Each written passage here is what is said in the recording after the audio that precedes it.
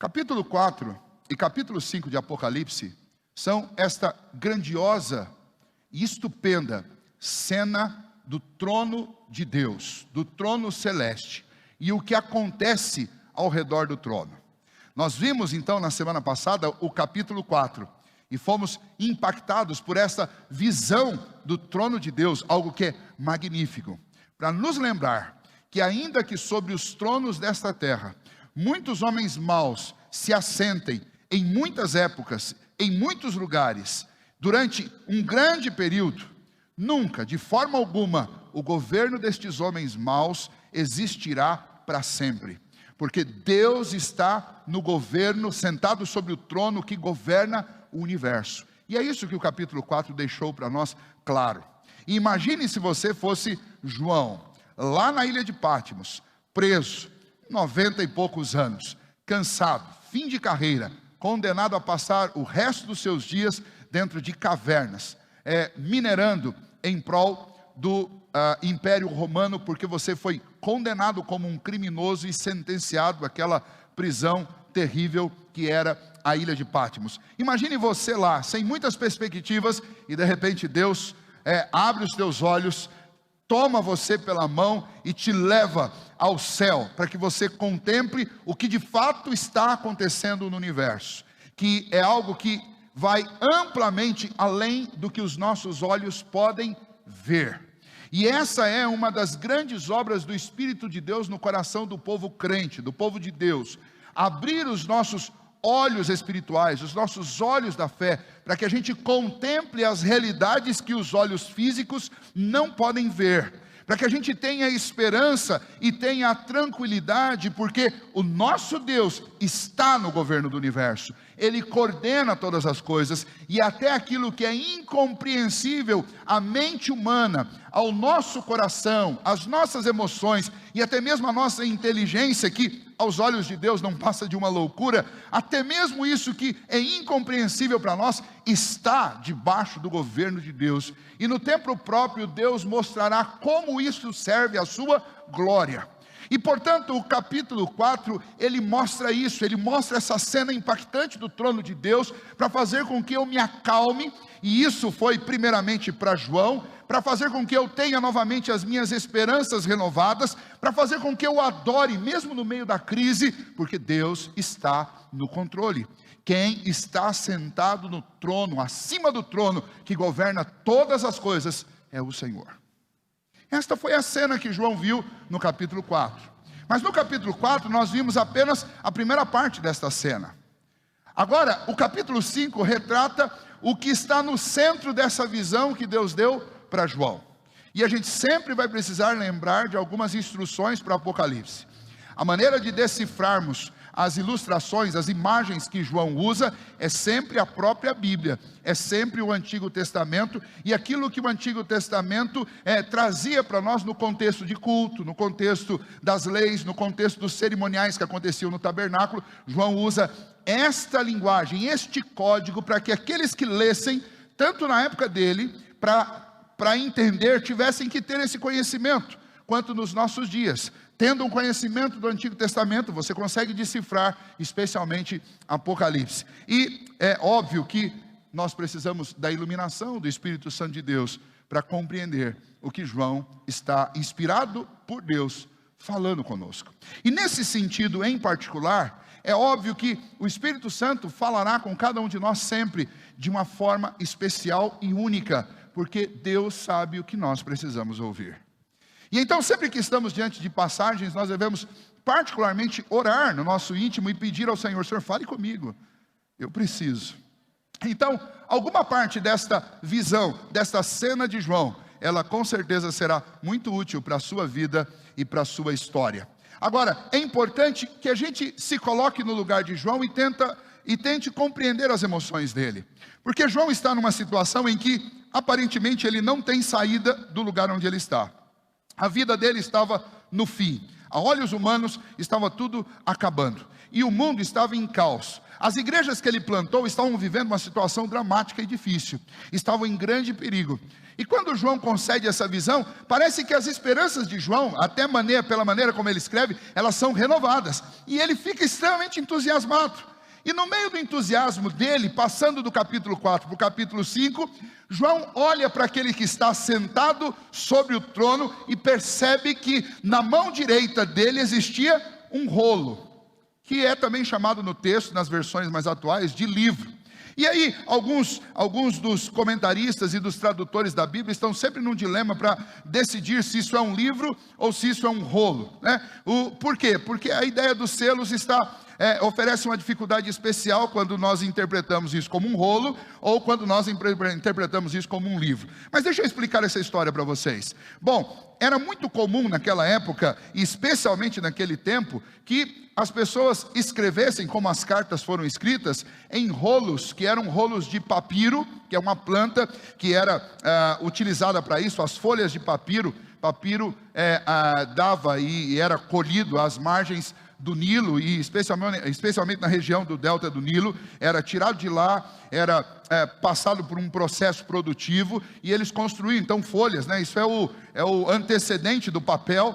E nos papiros, que eram produzidos em formatos como um rolo de tecido, os profetas, os sacerdotes, os escritores do Antigo Testamento fizeram seus registros. E esses registros, e os do Novo Testamento também, esses registros, diferente do que a gente imagina, que era um pequeno rolo, mas só para você ter uma ideia, a carta do apóstolo Paulo aos Romanos, ela tinha muitos volumes, muitos rolos, para 16 capítulos desta carta. E quando João olha o que ele vê na mão, e a tradução literal ele vê um rolo, que para nós podemos muito bem entender isso como um livro ou um rolo de papiro fechado, lacrado, com 7 selos, é o que João vê.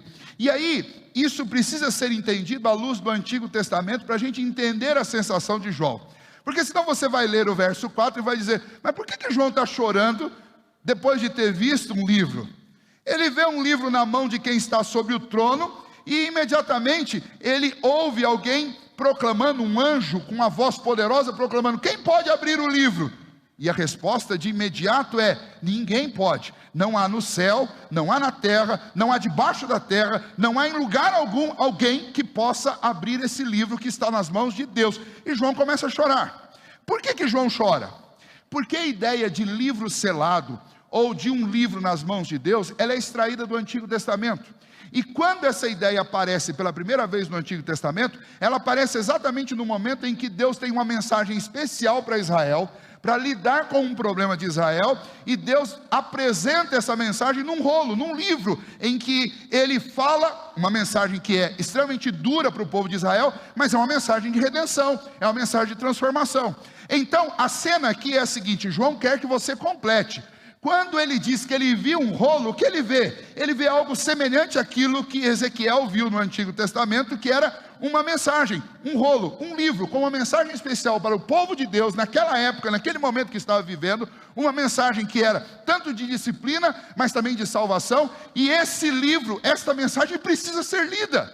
Na mente de João, pense, você está num lugar com uma situação extremamente difícil, o mundo está em caos, o mundo está virado de perna para o ar, as igrejas do Senhor, elas estão sendo duramente perseguidas, João está preso, e quando ele vê aquele livro, ele imediatamente se remete ao Antigo Testamento e fala, ali está a resposta.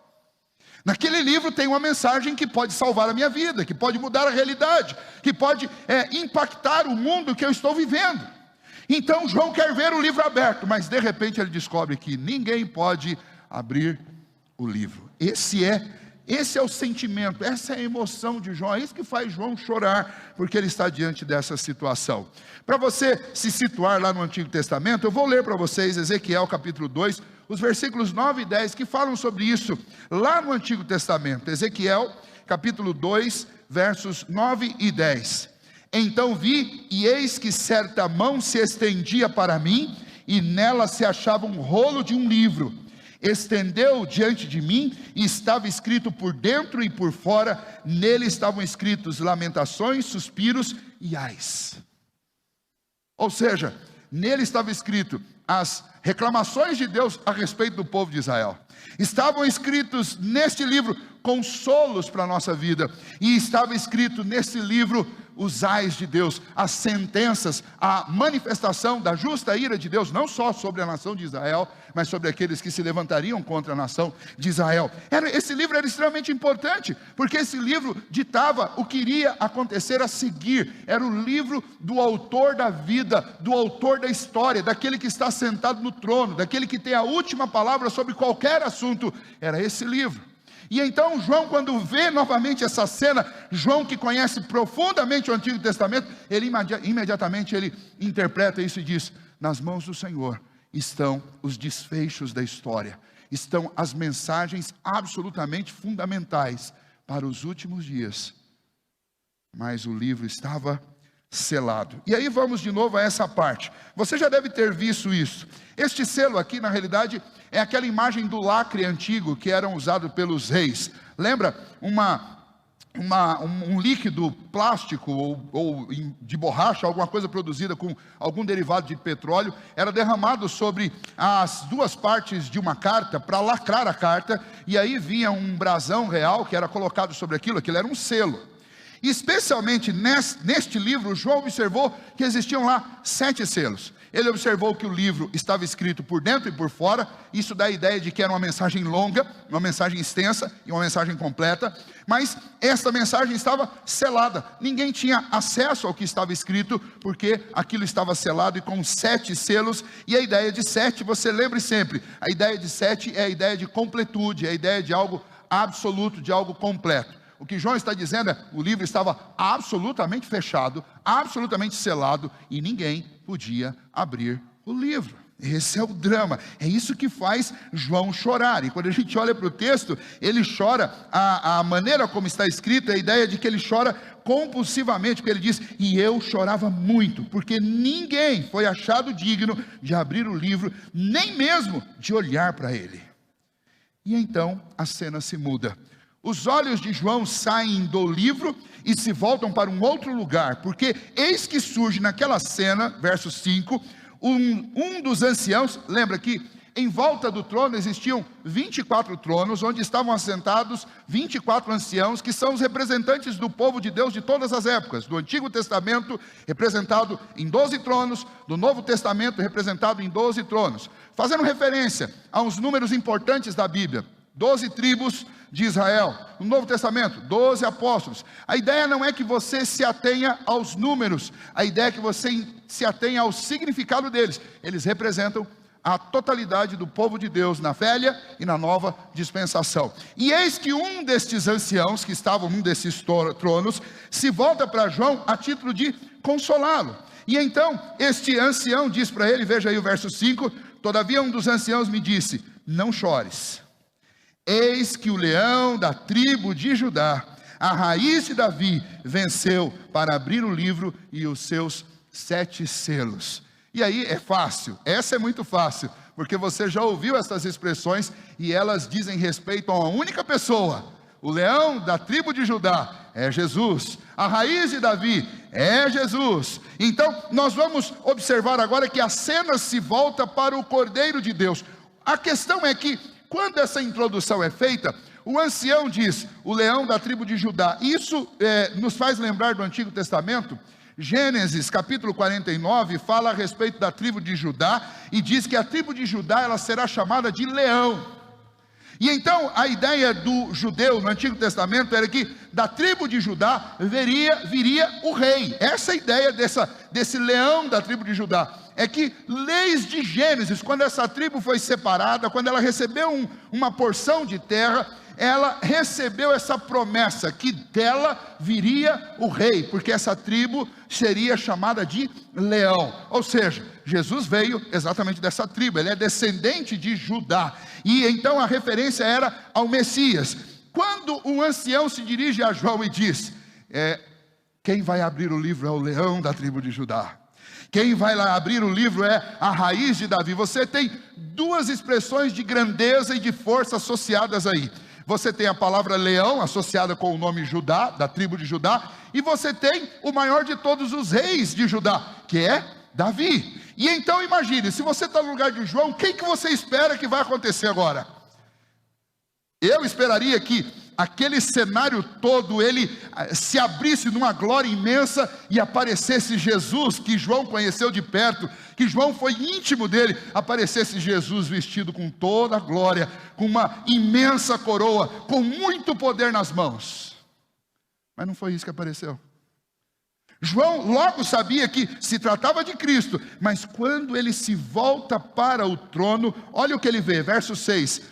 Então vi no meio do trono e dos 4 seres viventes, lembra? 4 seres viventes são as representações de todos os seres vivos, celestes e terrestres. Quando ele se volta, então, vê no meio do trono, no meio daqueles 4 seres viventes, no meio dos anciãos, em pé, um cordeiro como tendo sido morto. Não apareceu um leão, não apareceu um rei com uma coroa, mas apareceu, e aí a ilustração, é óbvio que ele está falando de Cristo, mas aparece um cordeiro, como que tendo sido morto. Qual a imagem que João quer trazer aos nossos corações? Lembrar a nossa mente. É a ideia de que o Cristo, o Senhor que apareceu ali, veio na imagem de um cordeiro que passou por um grande sacrifício, que foi morto. Como é que você olharia para um cordeiro e conseguiria logo por um olhar descobrir que é um cordeiro que estava como que um que foi morto? Bom, não sei se alguém aqui já viu como acontece isso. Eu sei que a gente gosta muito de comer um cordeiro assado, né? No domingo isso é fabuloso, mas você já viu como isso acontece? A morte de um cordeiro é um negócio bem sanguinário, porque eles são pendurados de cabeça para baixo e eles são imolados. E esse imolar ali na garganta, e obviamente isso sangra demais. E é impossível que você olhe para um cordeiro que passou por um processo desse e não perceba que ele foi imolado, que ele foi morto. Qualquer um de nós saberia o que é isso. E João, naquela cultura, ainda mais, porque aquilo era muito comum para as pessoas, esse tipo. Tanto porque elas frequentavam o templo, e lá no templo esses sacrifícios eram oferecidos, quanto também pelo fato de que elas usavam como alimento. Então elas sabiam muito bem o que era isso. E João diz que lá no meio do trono, daquele lugar de glória, aparece um cordeiro como um que foi morto. E a referência é óbvia, a referência é o que Cristo fez. E a gente precisa entender a profundidade dessa referência, e para entender isso, nós precisamos novamente voltar ao Antigo Testamento e voltar lá em Gênesis, capítulo 3. E eu faço questão de insistir nesse ponto com vocês, eu já toquei nisso aqui em Apocalipse pelo menos 2 vezes, e vou falar a 3ª vez. Quando os nossos pais pecaram, a vergonha tomou conta deles de tal forma que eles perceberam que eles estavam nus. Antes eles não se envergonhavam, mas depois do pecado eles passaram a se envergonhar. Eles tentaram produzir roupas para si, mas eles não conseguiram com as folhas de figueira. E então lá em Gênesis capítulo 3, verso 21, o Senhor aparece, conversa com Adão e conversa com Eva, e o Senhor prepara uma vestimenta para eles, para que essa vestimenta fosse feita, uma vestimenta suficiente, uma vestimenta duradoura. Um animal teve que morrer. O Senhor teve que tirar a vida de um cordeiro. E ali, prefiguradamente, nessa atitude de Deus, de cobrir as vergonhas dos homens, já estava a obra de Cristo Jesus. E é por isso que Cristo Jesus é chamado o Cordeiro de Deus que tira o pecado do mundo, porque desde o princípio, a nossa vergonha, os nossos pecados causaram sacrifícios. Sacrifícios lá no Antigo Testamento, ilustrativamente, dentro da realidade do povo, realizado de novilhos, de ovelhas, mas sacrifícios que apontavam para o sacrifício supremo que seria realizado por Cristo Jesus.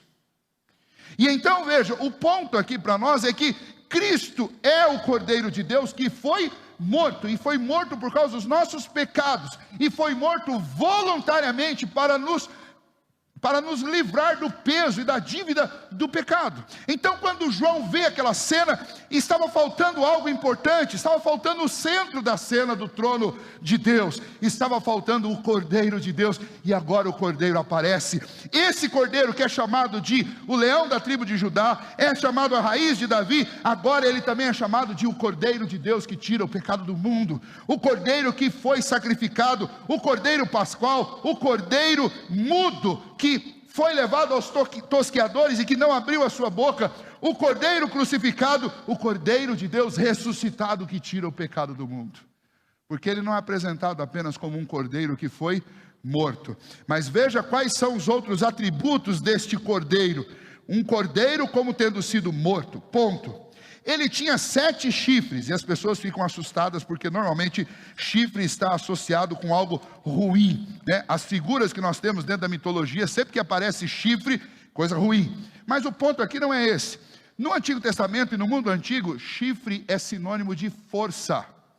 Como é que você demonstrava um poderio, especialmente de governo, sobre um outro reino? Era através de chifres. Então, os monarcas, desde os povos semitas lá atrás, eles tinham o hábito de usar os próprios chifres dos animais para compor carapaças, para compor capacetes, para compor parte da sua armadura com esses chifres, porque o chifre é o sinônimo de força. Traduz grandeza, traduz poder. E aí a ideia é que este cordeiro, ele era um cordeiro que foi morto, mas agora ele estava vivo. E não apenas vivo, mas você já imaginou isso? Este cordeiro tinha 7 chifres. Qual que é a ideia? A ideia é que o 7 sempre é a ideia de completude, de algo absoluto, de algo pleno. Significa então que este cordeiro tinha todo o poder, algo que não é comum aos cordeiros, mas esse aqui é diferente. Ele foi morto, mas ele ressuscitou, e agora ele detém todo o poder. Se você quiser dar uma observada nesses aspectos aí, a respeito da tradução dessa palavra, que é traduzida aí por chifre, que também no Antigo Testamento muitas vezes aparece como sinônimo de força, você tem alguns textos. Salmo 75:10 diz: abaterei os chifres dos ímpios, ou a força dos ímpios, depende da tradução que você tem na sua Bíblia. Mas o chifre do justo será exaltado, mas a força do justo será exaltada. Lamentações capítulo 2, verso 3: no furor da sua ira cortou todo o chifre de Israel, ou toda a força de Israel.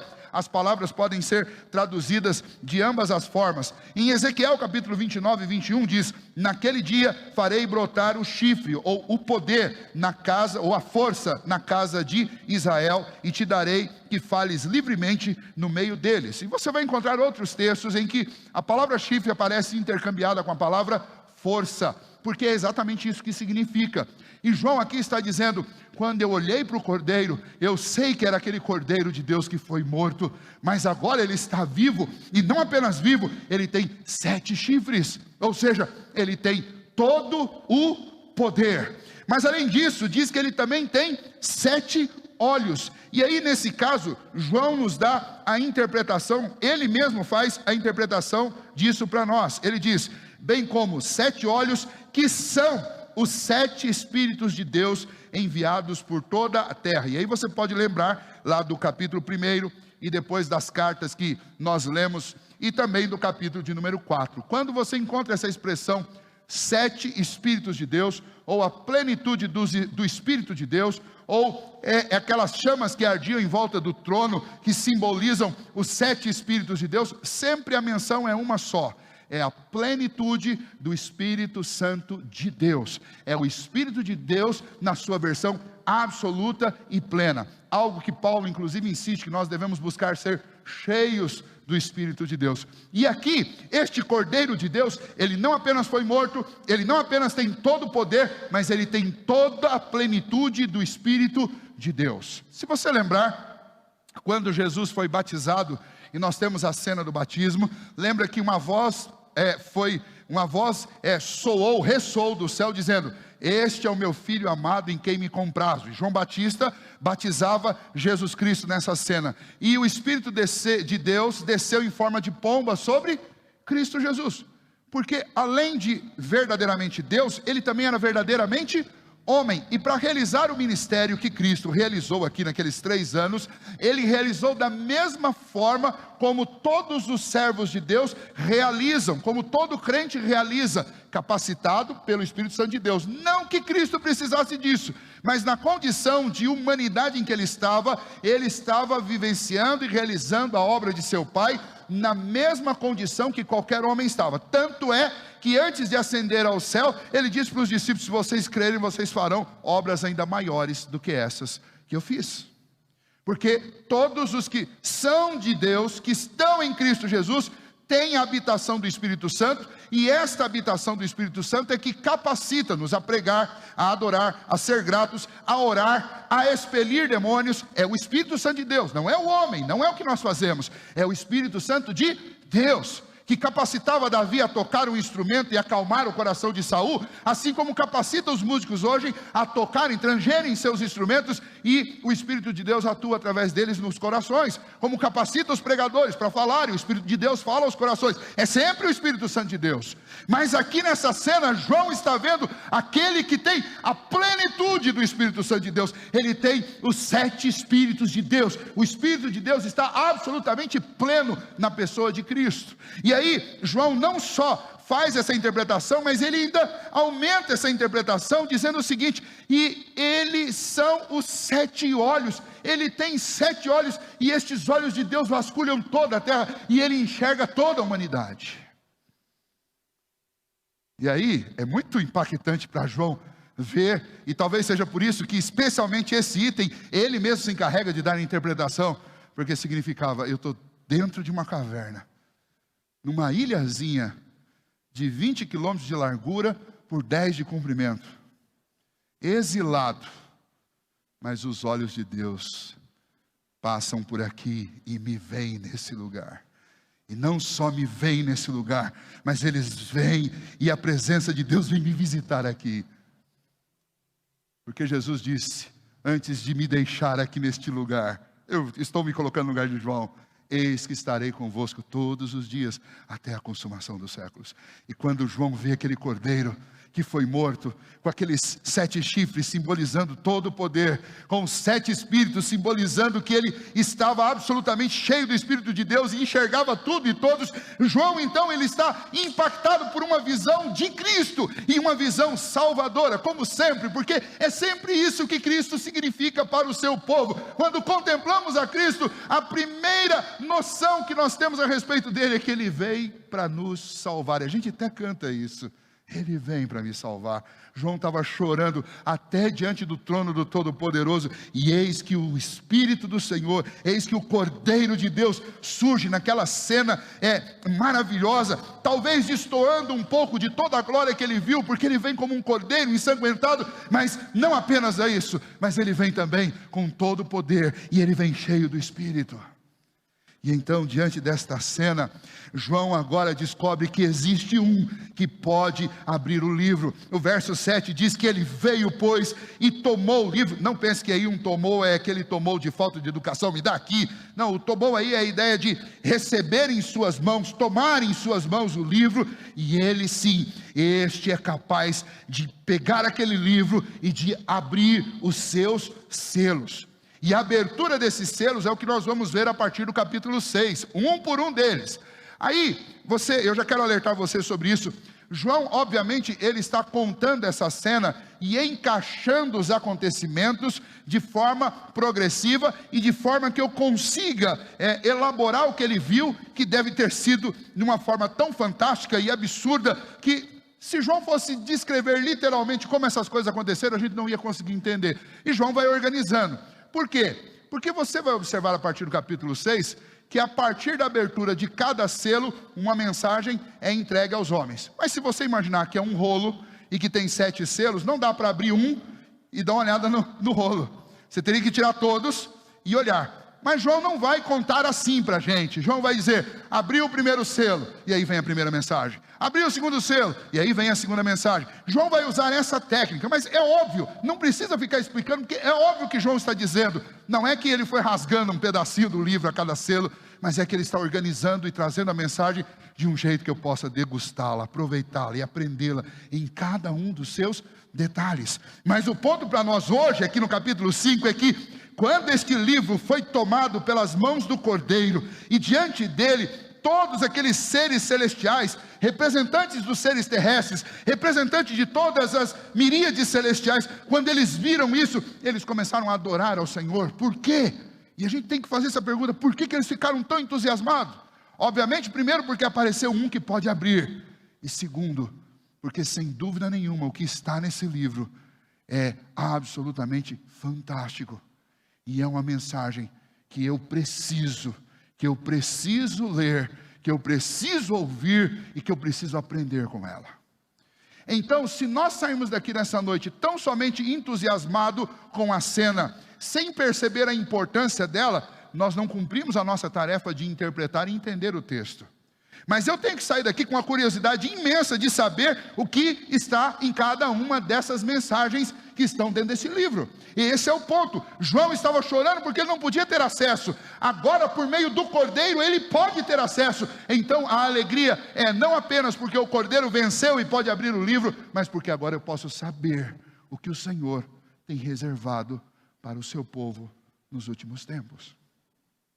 O que vai preservar o povo de Deus no tempo da agonia? O que nos concederá a vitória e a capacidade de perseverar nesse tempo?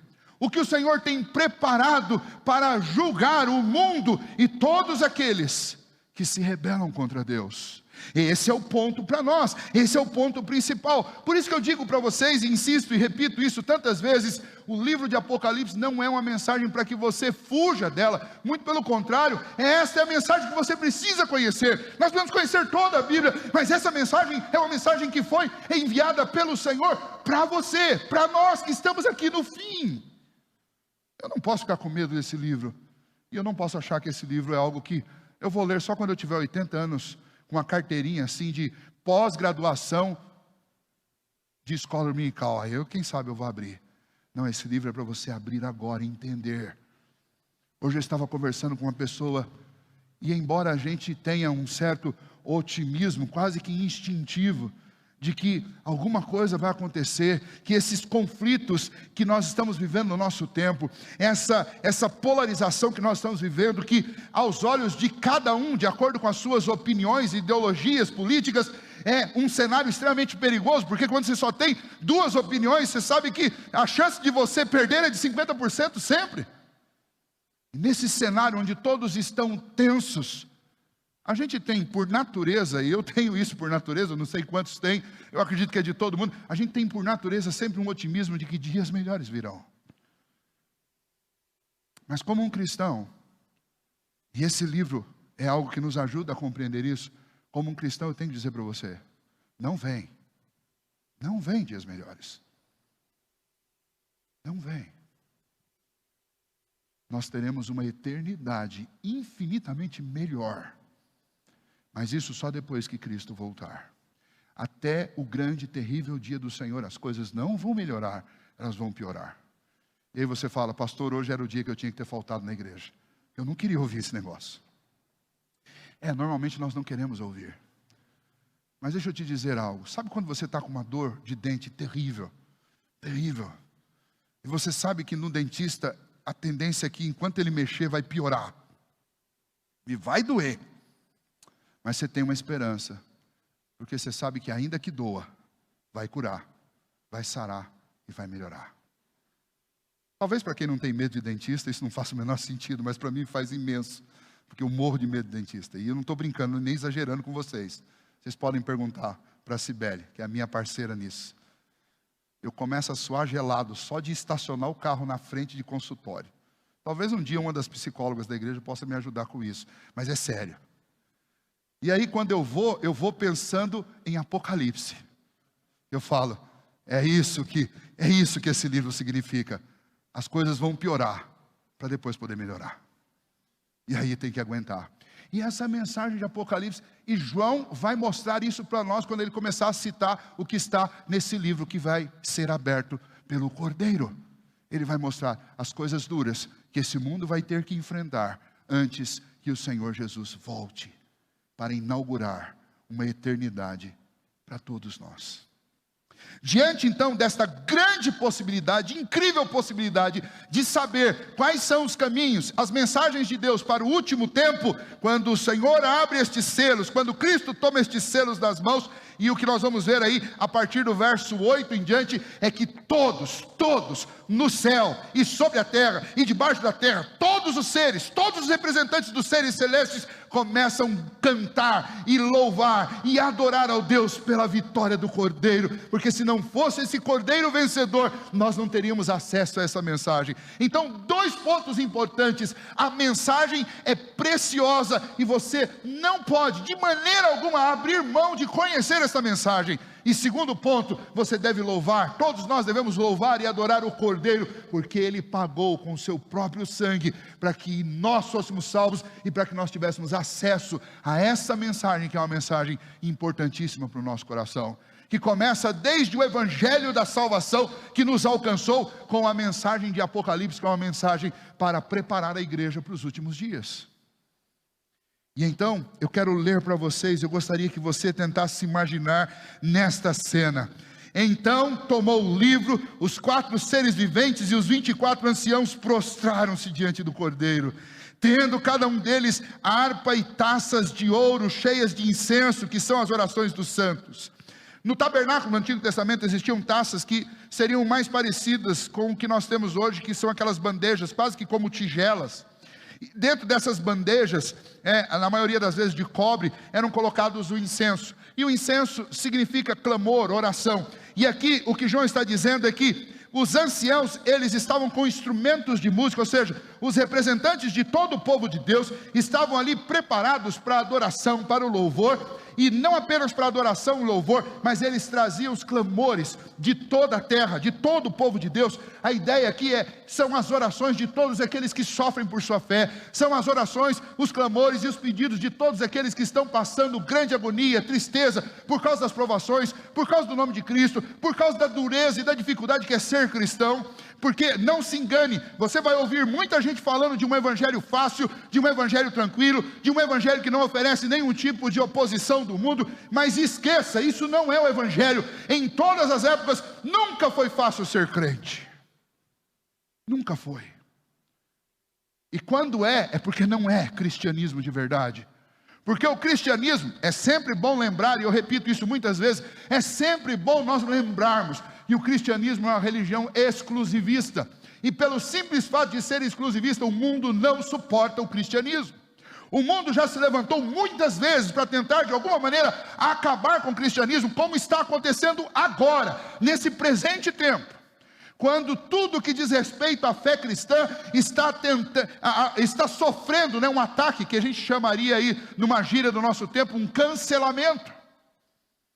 Estão tentando cancelar tudo, tentando cancelar Cristo. Você deve ter recebido notícias sobre o estado de São Paulo, tem um projeto lá, tentando tirar o AD, o antes de Cristo e o depois de Cristo, e colocar uma nova nomenclatura lá para contar a história, antes dos tempos, nem vou lembrar a palavra aqui exata, antes dos tempos comuns e dos tempos comuns. Essa é a proposta.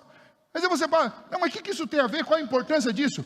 O problema não é o que se vai no livro de história, o problema é o nome Cristo, que os homens rebelados contra Deus não suportam. E o cristianismo prega o nome de Cristo, e em todas as épocas onde a igreja foi fiel à proclamação do nome de Cristo, ela sempre sofreu oposição, e ela sempre sofrerá. E uma das coisas que nós vamos ver nesses selos, é que nunca a igreja sofreu tamanha oposição, como aquela que a igreja sofrerá nos últimos dias. Então eu não posso dizer que vem notícias boas a respeito desse tempo. As notícias boas todas estão relacionadas à eternidade. Aqui é uma luta, aqui é um campo de batalha, aqui nós estamos em guerra. Não é guerra contra as pessoas, porque Paulo mesmo diz que a nossa guerra não é contra a carne ou sangue, mas é contra o espírito que opera na mente, nas regiões celestes de cada uma das pessoas, implantando culturas, pensamentos, sentimentos e ideologias que são contrárias às Escrituras na mente das pessoas. Mas aqui, nesse texto, o que nós encontramos é que, quando a possibilidade desse livro ser aberto se tornou real, na figura do Cordeiro de Deus, que venceu e que tem a chave de todas as coisas e pode abrir esse livro, quando ele tomou esse livro nas mãos, os anciãos como instrumentos, e trazendo as orações e os clamores da igreja de todas as épocas, chegou diante do trono e se prostraram diante desse trono, e diante do Cordeiro eles entoavam um novo cântico dizendo: digno és de tomar o livro e de abrir-lhes os selos, porque foste morto, lembra o cordeiro que foi morto, e com teu sangue compraste para Deus a minha vida e a sua vida, os que procedem de toda tribo, língua, povo e nação. Este foi o sacrifício de Cristo, e para o nosso Deus nos constituíste um reino, nos fizeste um povo, nos fez um povo para Deus, um povo onde existirão sacerdotes, onde existirão reis, onde existirão todo tipo de organização para adorar e para servir ao Rei dos Reis, que está sobre o trono, ao Senhor e ao Cordeiro, Jesus Cristo, por toda a eternidade. Esta foi a música que eles entoaram. Então João disse, mas não apenas ali no trono, aqueles que estavam, os 24 anciãos que estavam ali, mas vi e ouvi uma voz de muitos anjos ao redor do trono. E ele começa com muitos, depois ele passa para miríades de miríades, que foi traduzido aí na nossa versão para milhões de milhões, milhares de milhares. Não é que João bateu o olho e contou. Quando ele diz milhões de milhões, milhares de milhares, João está fazendo, era incontável. Era impossível de numerar a quantidade de anjos que apareceram em volta do trono e começaram a cantar e a adorar. E eles têm uma outra canção, a canção deles é semelhante à dos anciãos, mas eles diziam assim: digno é o cordeiro que foi morto de receber o poder, a riqueza, a sabedoria, a força, a honra, a glória e o louvor. Você já imaginou um coral cantando isso? A gente fica entusiasmado quando o nosso coral, com 40, 50 vozes, canta na Páscoa, canta no Natal. Você já imaginou que são milhões, milhões e de milhões de anjos cantando? E eu acredito que eles devem ser afinadíssimos. Eu estava assistindo com a Sibeli um vídeo hoje, onde um coral encena uma chuva, através de estalos de dedos e de palmas, e é de arrepiar. E aí você olha, tem umas 100 pessoas lá. Mas já imaginou o que são milhões e milhões de anjos dizendo, digno é o cordeiro que foi morto de receber honra, glória, poder. Você pode estar no fundo de uma caverna, você pode estar solitário, você pode estar se considerando no fim de carreira, tudo está acabado, não há mais o que fazer, mas uma cena dessa deve rejuvenescer uma pessoa pelo menos uns 50 anos, no mínimo. E é com certeza daí que veio a vitalidade de João, para escrever todo esse livro para nós, para contar o que ele viu e o que ele ouviu, para que a gente hoje aqui, ouvindo, vendo isso, e tentando com os olhos da fé enxergar o que João ouviu, a gente ficasse entusiasmado e disposto, mesmo diante de uma notícia ruim, não vai melhorar, mas com essa visão, eu estou disposto a enfrentar o que vier. Porque eu sei que depois da nuvem negra, depois desse momento crítico da história da humanidade, o Rei dos Reis descerá dos céus, com poder e grande glória, e nós vamos ver o que João viu, e nós vamos adorar junto com esses anjos, nós vamos adorar junto com esses anciãos, nós vamos louvar o Rei dos Reis diante do seu trono, e nós vamos viver como o povo dele. Ele será o nosso rei por toda a eternidade, ele vai nos constituir num reino, ele vai dar a nós funções, e ele vai nos entregar uma terra novinha em folha, e ele vai viver conosco aqui. Nós não vamos ter que ir atrás de um prefeito ou de um governador qualquer, mas nós vamos ser governados e vamos intimamente viver na presença do Rei dos Reis, Jesus. Essa tem que ser a nossa esperança. Não é a reeleição de um governador ou de um presidente, porque eles pouco podem fazer pela humanidade, porque quando esta humanidade recebeu o próprio Filho de Deus, eles trataram de em 33 anos matá-lo. Não pense que um governador, que vereadores que estão atrás do seu voto agora, que um prefeito, que um governador, que um presidente, que uma organização mundial pode salvar a sua vida, porque não pode. Mas Jesus Cristo, o Cordeiro que foi morto, Ele é o meu Salvador, Ele é o nosso Salvador, Ele salva a nossa vida, Ele nos dá esperança, Ele abre a história, Ele faz a história acontecer, Ele consuma a história. Ele é o Senhor. E não apenas os anciãos, não apenas os anjos em milhões e milhões, mas veja que João diz, quando eu estava no meio dessa cena, os anciãos estavam adorando, os milhões e milhões, incontáveis anjos estavam cantando.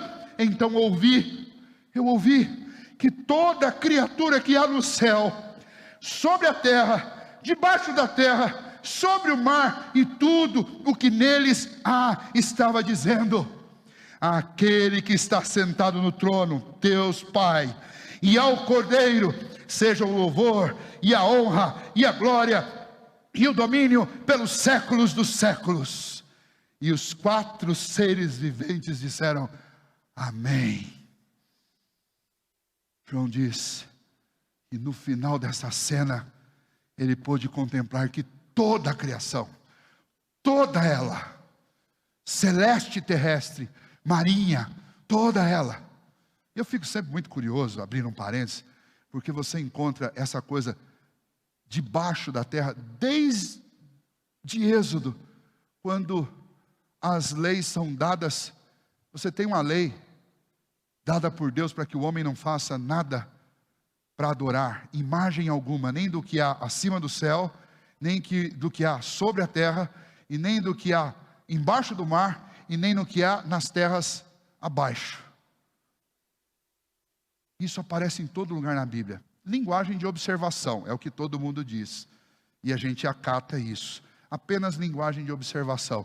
Parece que todos os autores que escreveram inspirados por Deus tinham a sensação de que existe alguma coisa aí embaixo.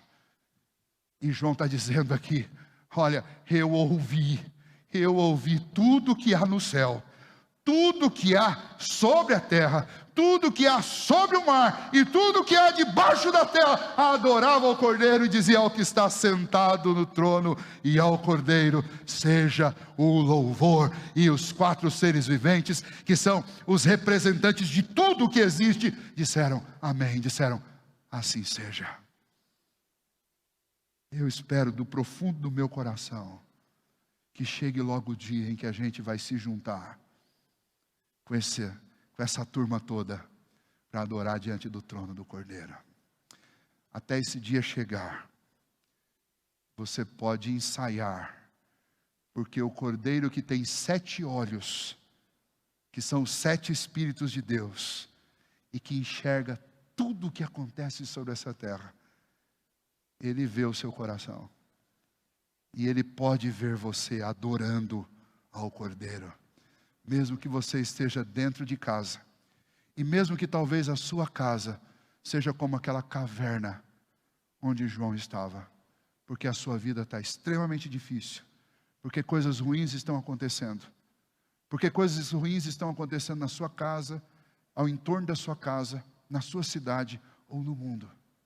Mesmo que você não tenha mais a alegria naquilo que se pode ver, mas se você olhar para o trono do Cordeiro, usando as lentes de João, eu tenho certeza que você vai adorar o Senhor. E Cristo vai enxergar a sua adoração, porque o Cordeiro de Deus está do nosso lado. Ele disse: eu estarei com vocês todos os dias até a consumação dos séculos.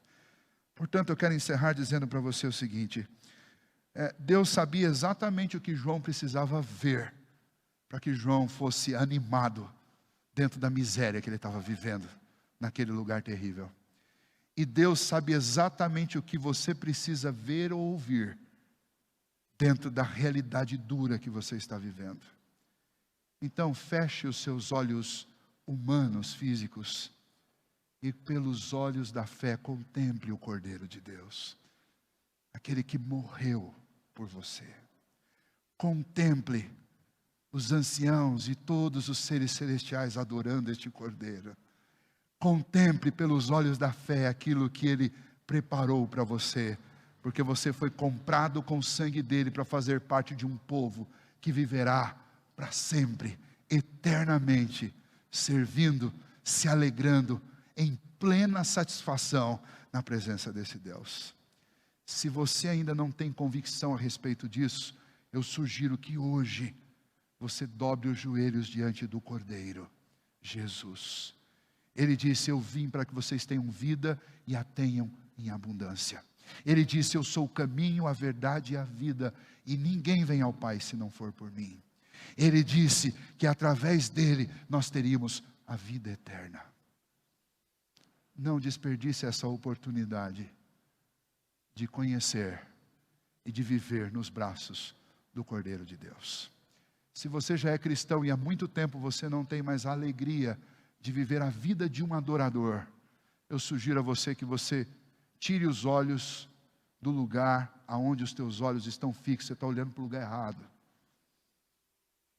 Foi isso que Deus disse para João naquela caverna, com esta cena toda: João, para de olhar para a caverna, para de olhar para o mundo, olhe para o trono, porque é olhando para o trono que nós vamos vencer esses tempos difíceis. A salvação não virá da caverna, a salvação não virá desse mundo em ruínas, a salvação vem de cima, do Pai das luzes, do Senhor dos senhores, do que está sobre o trono, que enviou o Cordeiro que foi morto, mas ressuscitou, e agora tem todo o poder, e tem toda a plenitude do Espírito de Deus. É esse Cordeiro que nos salva. Quero convidar o pessoal do louvor para vir à frente.